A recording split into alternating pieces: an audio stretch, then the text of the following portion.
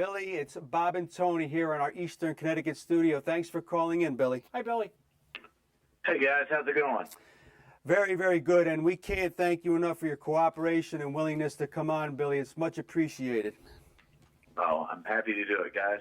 You got me out of sweating at a long baseball outing that I've been watching today. I've been watching the area code trials for the North Texas area, and it's been a long day. Oh, well, good. Now just relax for a good 20 minutes here, cool off, and we'll have some fun here. Billy Martin Jr., of course, the son of the legendary Billy Martin, the baseball player and the legendary manager. Of course, Billy himself is been involved in being a sports agent, played at Texas Tech, baseball and soccer, and then he actually became a television producer down in Texas, and has been involved with sports agencies for about 25 years. And of course, we have tons of questions. And, you know, what we like to start with any of our guests, Billy, whether they're athletes or agents or whatever, basically you grew up, being the son of a famous person, but we want to know what kind of sports were you into at a very young age, some of your early sports heroes. Tell us about maybe the first 10, 15 years of your life. Wow. Well, being, a baseball brat, I liken it to being an Army brat, Right. Especially with my father, you're getting a new gig every 3 years. And, the way my life started out, he was a scout for the Minnesota Twins when I was born. He just finished playing. Yeah. They put him in the PR department, and he went into scouting. I was born, and actually there's a funny picture of my mother holding me in the hospital bed right after I was born. She's got the big beehive hairdo, and she's holding me, and my father's leaning across the bed with a contract and pen in hand, and it says, Martin signed son to $1 million contract. So I was the actual first $1 million bonus baby. That is great. Oh, my God. But the sad part is I was also the first $1 million bust all in one run. So, yeah. That's a great. Well, then he went into coaching, and they asked him to manage their AAA affiliate, which played in Mile High Stadium, the Denver Bears. In Denver, right. Wow.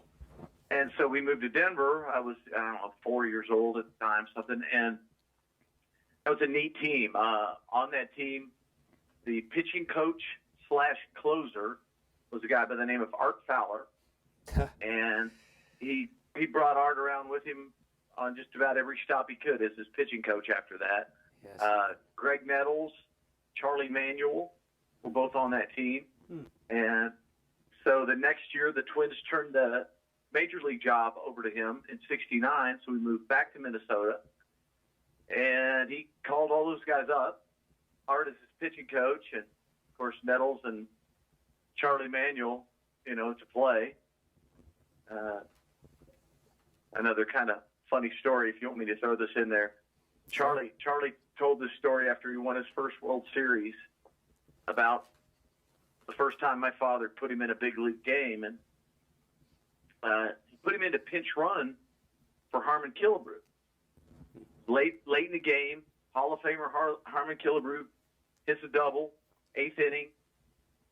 Charlie in to run for him. Charlie ran really well, and Charlie was out there 30, 40 seconds maybe before he got picked off. Mm-hmm. And went back to the dugout, threw his helmet down, sat down. He was rather angry, as you can imagine. And my father sat next to him and said, "Hey, pal," put his arm around him and said, "Don't feel bad. It's not your fault." Charlie looked at him like, what do you mean, Skip? He said, "Well, I'm the dumb son of a bitch that put you in." That's a great story, and that sounds like your dad. And that's just incredible. All right. Next run, he had some problems with management. I'm sure that shocked y'all. And he was fired by the Twins. hired by the Detroit Tigers. Yeah. Took the oldest team in baseball to the postseason, just like he did the Twins the year before. Had problems with management, was fired, and hired by the Texas Rangers. Took that Texas Ranger team almost to the playoffs. That's the only team he managed he did not take to the postseason. Yes. And he took over from Whitey Herzog, Hall of Fame manager, whose team had lost 100 games. And they came really close. Just a couple of games behind the Oakland A's, who won the World Series that year. But his next job was New York, obviously, and we'd spend summers in the city, but go back to Texas for school. So that's kind of when my mother and I dropped anchor, and they started, having. They were on the outs after that, kind of, anyways, and tried to make it work. I think just for me for a couple more years, and finally, got a divorce. Yeah. And it's just when he mentioned the Tigers, Tony, we've talked to a ton of them. Yeah, we sure have. Every Tiger we've talked Loved to. him, Billy. Loved him. From Loved Gates him. Brown, rest his soul, your Denny McLean's, even the guys that were just the name. Willie Horton. They would all Willie come Never up. had Willie, but yeah. Yeah, Willie held all your the father in names high came regard. up, and they loved him, and he was revered as a great manager there, and they loved him, and of course, like you said, he moved around, but There was one guy that did on that team. and who was that? Al Kaline. Wow. Al Kaline, I don't think appreciated my father who he was. I know he's made comments about he wasn't fun to play for. Maybe he didn't think winning was fun. I don't know, but Yeah. I know if he looked back at it, my father got the best out of it. He didn't play him every day, and I think that was the first time that had happened to Al. Dad was trying to keep him healthy for the postseason. That makes a lot of sense. And and I don't think he really saw the method to my father's madness. Yeah, and I remember those early 70 teams, and yeah, Kaline was basically on the way out, but still had Right. And of course, Martin was trying to save what he had. As Billy said, there was a bunch of old guys on that team. They were like Norm Cash, boy. Rick Stanley, Yeah. Rich Aurelia, Eddie Brinkman. Oh yeah, they were fun to watch. I had a crush on Bill Freehand's daughter. I always thought she was cute. See, Yeah. see, that's what makes us all baseball fans. We remember things like that. But I actually ran into her. Now here's what's funny. Y'all like this? I ran into her at a UTA, the University of Texas Arlington baseball game a year ago. Wow. And her son was playing, I believe it was Michigan State. And a scout was pointing out all the players on the team for Michigan State that were guys to me. And he said, that catcher right there, that's Bill Freehand's grandson. I'm like, oh, no kidding. I had a crush on his daughter. He goes, well, I think that's her sitting up there. And he pointed up to her in the stands. So, being my father's son, I walked right up there and sat down on the chair next to her and said, hi, I used to have a crush on you. You know, I'm surprised she didn't, stun gun me right then. But it was kind of funny. She was really great. And Bill Freehan was, God, what a great player he was. Great player. Tough Yes, player. Yeah, great player. They were just a gritty, and they echoed your father's personnel. They were a gritty, very great team to watch. And as we talked to Billy, we have pictures of his father at various times of his career. We have a few shots of Billy Jr. himself. So we'll keep showing those. There's a great collage right there, Tony. Really is. And the bottom right. Billy as a Yankee manager in an umpire's face. You got to love it. Battling Billy. Tony, Question, Tony. Billy, this is really an honor, and I've been following your father ever since whenever. I probably the first time I knew who Billy Martin was one night when I was working in the movie theater in the 1960s, and the late edition of the Daily News had come out, and my theater manager was looking at the newspaper and saying, "Wow, Billy Martin beat up a guy in back of the Lindell AC." And I said, "Who's Billy Martin?" They said, "You don't know?" I said, "I don't know." "Are you a Yankee fan?" "Yeah, well, he was," and they told me all about Billy Martin. Mm-hmm. That said, I followed Billy all of this time. We know about Billy as a manager, a broadcaster on the light beer commercials. What we really don't know about is Billy as a dad. I think of that Captain Black commercial. I'm really a nice, easygoing guy. What was Billy like in the house? I mean, was he Desi Arnaz? Was he Ozzie Nelson? Was he somewhere in between? You tell us. Okay, that's a great question. He never, ever yelled at me. Mm. And trust me, I deserve to be yelled at plenty of times. Hell. Still do. But,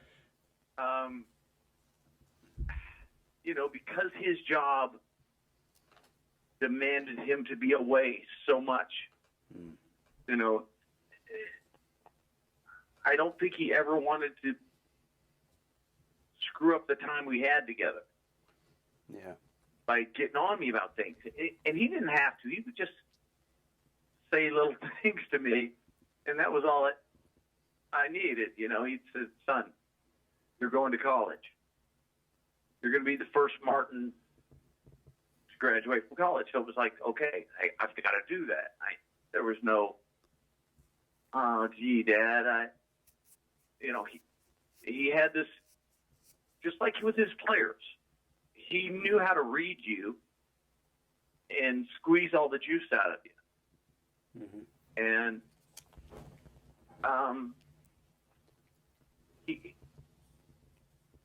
he didn't ever have to get on me about something. He'd say, "Hey, you drink?" When I was underage. Mm-hmm. Well, I couldn't lie to him. "Oh, yes, sir." "Oh, don't be a dumbass and embarrass me, okay?" "Yes, sir." He was, he mentored me in a different way. It was more like a friend than a typical dad, but that's because we had so little just alone time. Mm-hmm. As I get older, when I got to be about 14, 15, old enough where I could go hang out with him, sit in a bar with him and his coaches and not embarrass him, he wanted me with him all the time. And if I could get away, I would go travel with him and the team and be around him the whole time. I don't know if y'all saw the whole thing with Adam LaRoche and his son. Yes. Right. I thought about that because I was that kid. I was in the clubhouse, working out with the team, hanging out with the guys. And my relationships with the guys were different than, I'd sit in the back of the bus with them sometimes and obviously never told my dad what went on back there. Mm-hmm. And I remember so much of that stuff. And he was an amazing dad in a totally different way than all of my other friends' dads. Because I don't ever remember him yelling at me ever. That's fascinating because of the persona that most people were aware of, and isn't it the irony is so incredibly Billy, and I mean, sure, everybody assumed he yelled at me like he yelled at an umpire. Yeah, right. My high school baseball coach did that to me. Yeah, right. He would scream and yell at me. He would say things I'm not even allowed to say on this interview, but call me names, say I couldn't hold my father's jock strap. You're this, you're that. In the middle of an inning, would run out onto the field Wow. You know, there'd be one out, the guy on first, and he is in my face, second base, screaming at me with the hat sideways and the sunglasses on and the mustache, you know. Yeah. Assuming, I guess that's how my father treated me. Ironically, my father got to come to one game my senior year. I went 5 for 5 that game because I knew the coach wouldn't have the balls to yell at me that game. No, not that day. He wouldn't do it. That's just amazing. It's again, it's such, the irony throughout his life is amazing. And let's just, for our viewers out there, Tony, this is kind of before our time, Tony, but Billy's playing career, Billy Sr.'s playing career, 11 years, of course, 4 championships with the Yankees. He hit 333 in 5 World Series, including being the MVP, I believe, in 52, was it? 53. 53. Yeah, and that was the 13 hit year, Billy. The supposed. Okay. Yeah. And here's the cool caveat to that. Yep. That Mickey Mantle told me. My father never, ever mentioned this. About 53, and right after Dad died, you know, Christmas Day, 1989, Mickey really stepped up, took me under his wing. Mm-hmm. He lives here in the Dallas area. Mm-hmm. And I was working in television at the time, and I'd get a call from one of the Mantle boys every 2 or 3 weeks. Hey, Dad wants you to go to dinner with us tonight. You know, I mean, I'm, you know, like I would, no, I got something better to do. While I was out the door, I begged my boss, please let me go. And he would tell me these awesome stories about my father, things I never knew about my father. Wow. Things Dad never said about himself. Things about him as a player, what a spark plug he was, the way he ignited that team, the way, you know, maybe during a regular season, he was the guy batting at the end of the order, but in the postseason, he was the guy that made them all believe they could win, and it was so neat for me.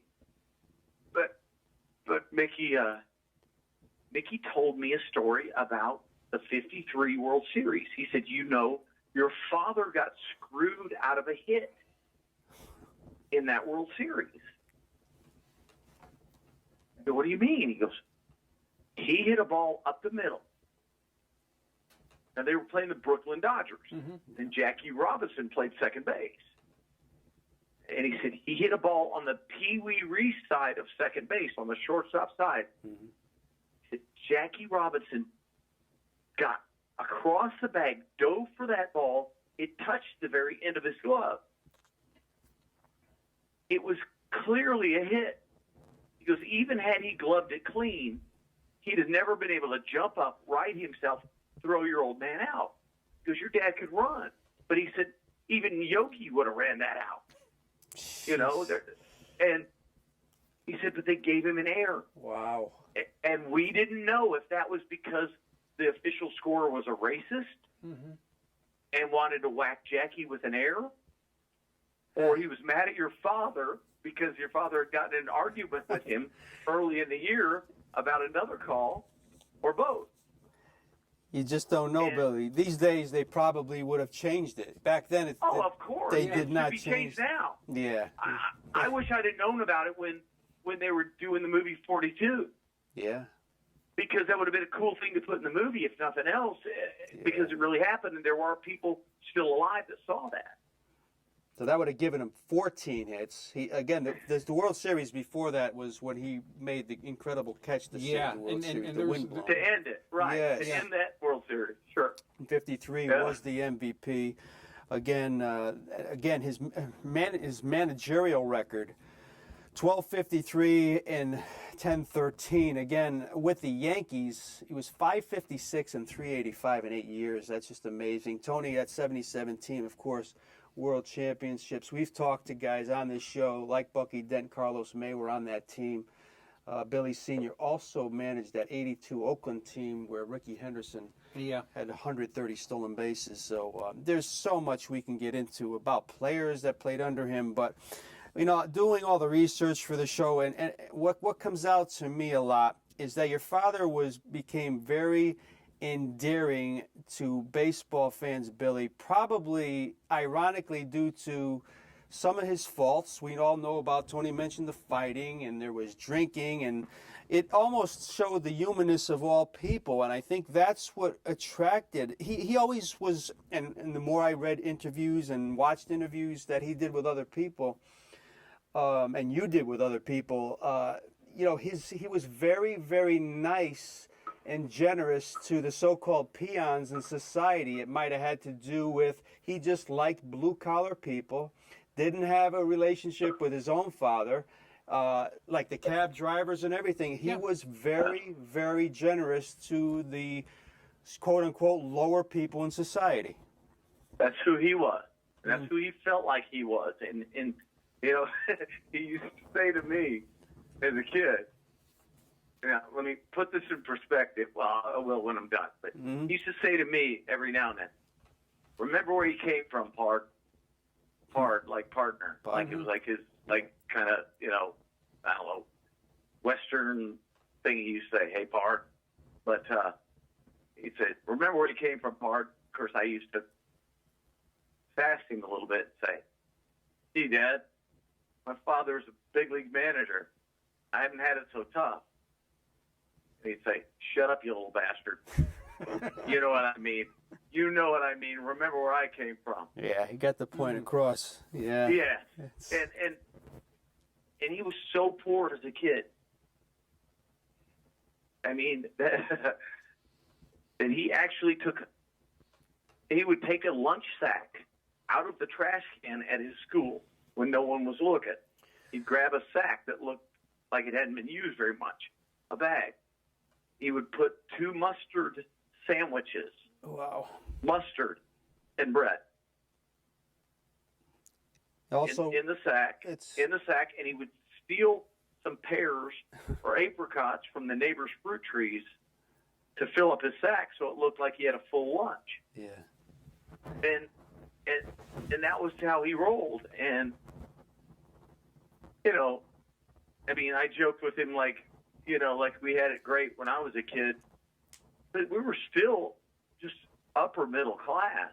I mean, as a manager, when he was manager of the Minnesota Twins, he was making $20,000 a year.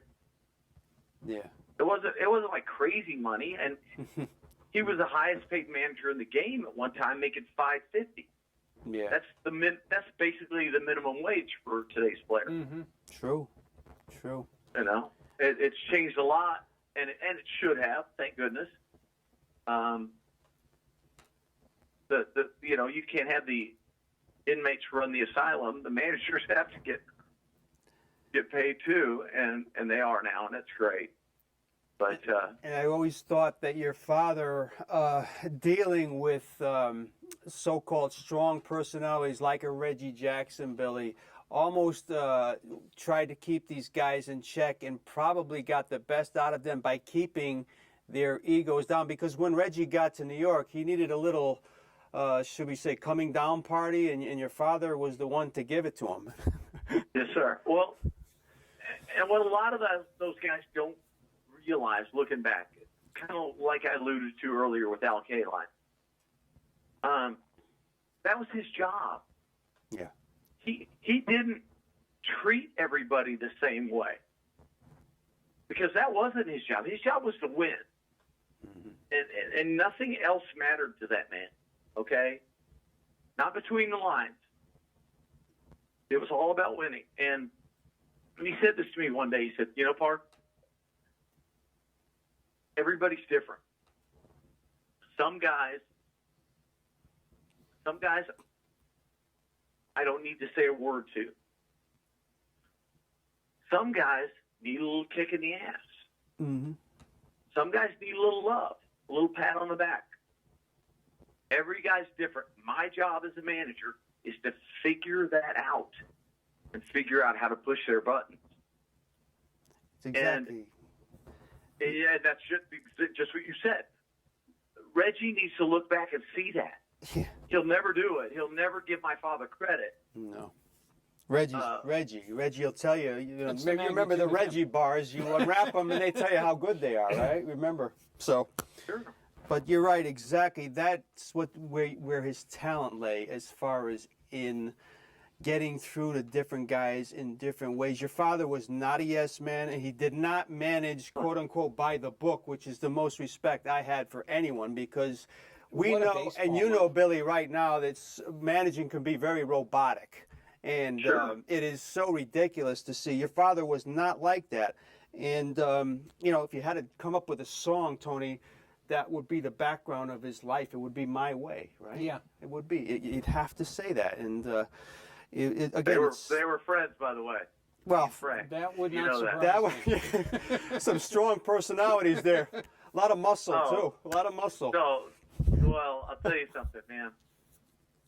I probably came close to getting killed one time by yelling at one of Frank's bodyguards as like a 16-year-old. I was so mad. Mom and Dad were going out to dinner with Mr. Sinatra and his people. We were in Los Angeles for the World Series in 1977. Okay? And I was getting to the age where I handled a lot of their stuff, their dinner reservations and silly things like that. And so I was setting up this deal. You got to realize this was the Yankees and the Dodgers. Yeah. 1977. It hadn't happened since the 50s, right? Mm-hmm. It was a big stinking deal. Huge. So just for my father to walk across the hotel lobby took 27 minutes because he doesn't turn down autographs. My dad, he never turned down an autograph. He would keep walking and sign so that you don't get bogged down. But he kept signing. He would look at people in the eye. He would say, "Hey, what's your name, Bart? Okay, nice to meet you, Craig. Here you go." And so I talked to Mr. Sinatra's limo driver about, setting up the pickup. Okay, meet at the west entrance, 7 o'clock. Okay, great. I'll have him there. Well, boom. We get through the lobby. It takes 20 minutes. We get there, west entrance. He's not there. Now, this is pre-cell phone days. Mm-hmm. So the valet phone rings. Mr. Sinatra's limo's at the north entrance. So I got to walk Dad all the way across, again, my father and mother at the time. And it takes another almost 30 minutes to get him over there. Mm-hmm. And all I can think about is, how unhappy Mr. Sinatra's going to be and have me Not laugh. a man to make unhappy, by the way. Right. Boom. I sleep with the fishes from now on. And That was Frank when he was up to being Frank, right? And so when we finally get there, I'm so mad. I mean, here I am, like 16. I probably weigh 130 pounds. And I'm screaming at this big, giant guy who is, probably a freaking mobster. I didn't even think about it at the time. And I'm like, "You dumbass." Blah, blah, blah. And my dad's laughing, looking at me. And I catch myself, and then it hit me about an hour later. I probably could have just been killed right there. One word from Frank and things happen, Billy, but those were the days. He was so cool. I went to get his autograph at a game the year before in 1976. He came to one of the Yankee. It was a playoff or World Series game, and I saw him. I knew who he was. I had a Yankee hat on. I went and asked him to sign it, and he looked at me. He said, "Who are you? How are you sitting in this section?" And I told him my name, and he said, "You sit down next to me. Your father's my friend." Because they used to hang out in the 50s. Sure. When Dad was playing for the Yankees, he and Mickey and Whitey and Yogi and those guys would go hang out with the Rat Pack. They'd go to Toots Shores Toots Shores. and hang out with those guys, and and those guys all wanted to talk baseball, and the baseball players all wanted to hear about movie starlets, you know, and that whole scene, and it was a really cool thing they had going on back then. So Frank's like, you sit down next to me. He was on the aisle seat, so here I am sitting on the, you know, on the floor right next to him, and of course the usher came down and like, son, you got to move. And Mr. Sinatra goes, no, he's with me. You know, yes, sir, Mr. Sinatra. So I got to sit for like 4 innings. Good guy to sit with. And talk to the freaking chairman of the board, watching a playoff Yankee game.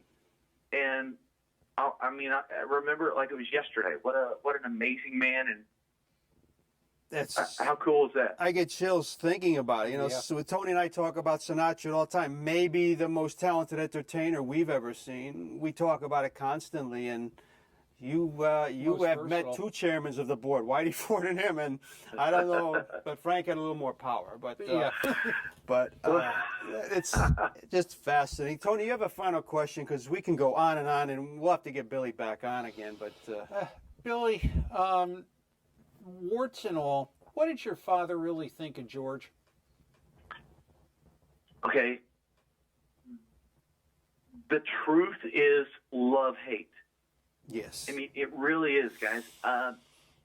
He absolutely hated the man at times and absolutely loved him at times. Because, okay, where it would be easy for him to hate him at times, my father grew up so poor, like we talked about, and George didn't. You know, Sure. George had a silver spoon.